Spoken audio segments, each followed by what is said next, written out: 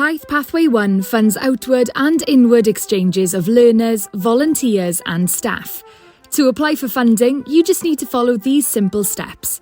Step 1. Check your eligibility. Funding is open to organisations in Wales across 6 sectors. International organisations outside of Wales can get involved by partnering with an eligible organisation in Wales.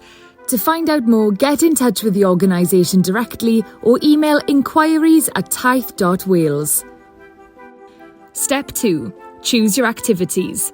Head to the Apply section of our website to find out what activities you can get funding for and how much money could be available. Step 3. Fill in the online application form. Follow our step-by-step application guide to fill in the online application form. Use the grant calculation tool to calculate how much money you could receive for your activities. Step 4. Submit your application. Submit your application online and send your completed grant calculation tool to inquiries@taith.wales within 1 hour of submitting the form. Our team of external assessors will consider each application thoroughly and will get back to you as soon as a decision has been made. The Taith team is here to help you. If you need any support along the way, please don't hesitate to get in touch. Inquiries@taith.wales.